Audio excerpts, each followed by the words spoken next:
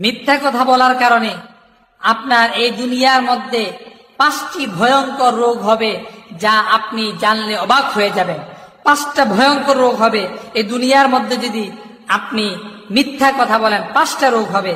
অনেকেই এই বিষয়টা জানি না। আমরা কথায় কথায় মিথ্যা বলি, দুষ্টামি করে মিথ্যা বলি, মানুষকে হাসার জন্য মিথ্যা বলি, কাঁদার জন্য মিথ্যা বলি। আমাদেরকে অবশ্যই মিথ্যা থেকে বিরত থাকতে হবে। 1 নম্বরে, যে ব্যক্তি কথায় কথায় মিথ্যা বলে সে ব্যক্তি মুনাফিক। মুনাফিকের আলামত 3টি। 1 নাম্বার হচ্ছে কথায় কথায় মিথ্যা বলা, ওয়াদা করলে ভঙ্গ করা, আমানতের জিনিস খেয়ানত করা।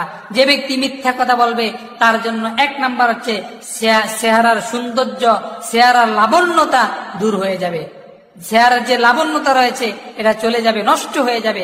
আজকে অনেক সময় দেখা যায় অনেক মানুষ নামাজ পড়ে কিন্তু মিথ্যা কথা বলে, নামাজ পড়ে সুদও খায়, নামাজ পড়ে হারাম খায়। এরকম মিথ্যা কথার কারণে তার চেহারা থেকে লাবণ্যতা নষ্ট হয়ে যায়, চেহারার সৌন্দর্য নষ্ট হয়ে যায়।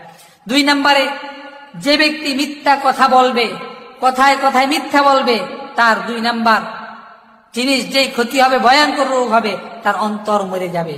তার ভালো জিনিস ভালো লাগবে না, সমাজের নোংরা জিনিসগুলো তার মনের মধ্যে ঠাঁই পাবে, কিন্তু ভালো জিনিস তার কখনো ভালো লাগবে না। এই জন্য মিথ্যা থেকে আমাদেরকে বেঁচে থাকতে হবে, মিথ্যা আমাদেরকে দূর করতে হবে, মিথ্যা কখনো যেন আমাদের জীবনের মধ্যে প্রশ্রয় না পায়।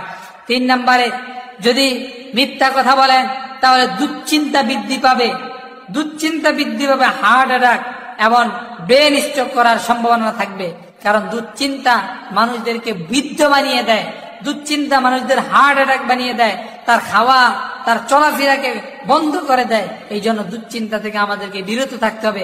কারণ আপনি একটা মিথ্যাকে ঢাকার জন্য কয়েকটা মিথ্যা কথা বলতে হয়, আর একটা মিথ্যা যদি স্লিপ অফ টান হয়ে যায় তাহলে আপনি ধরা খেয়ে যাবেন, আপনার জীবনের মধ্যে দুশ্চিন্তা নেমে আসবে। 4 নম্বরে, যে ব্যক্তি বেশি বেশি মিথ্যা কথা বলে তার উপর থেকে আল্লাহর রহমত দূর হয়ে যায়। এই জন্য তার স্মৃতি শক্তির প্রখরতা কমে যায়। এই জন্য দেখবেন যারা আলেম রয়েছে তারা বেশি বেশি কোরআন তেলাওয়াত করার কারণে, মিথ্যা থেকে দূরে থাকার কারণে বয়স যত বৃদ্ধি পায়, আমলের স্পিরিট আরো বৃদ্ধি পায়, জ্ঞানের গবেষণা আরো বৃদ্ধি পায়।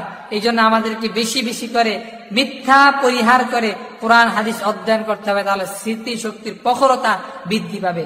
5 নম্বরে, এই দুনিয়ার মধ্যে আপনি মানুষের কাছে যখন হেল্প চাইবেন, মানুষের কাছে যখন কোনো কিছু সাহায্য কামনা করবেন, কোনো মানুষ আপনাকে সাহায্য করতে পারবে না।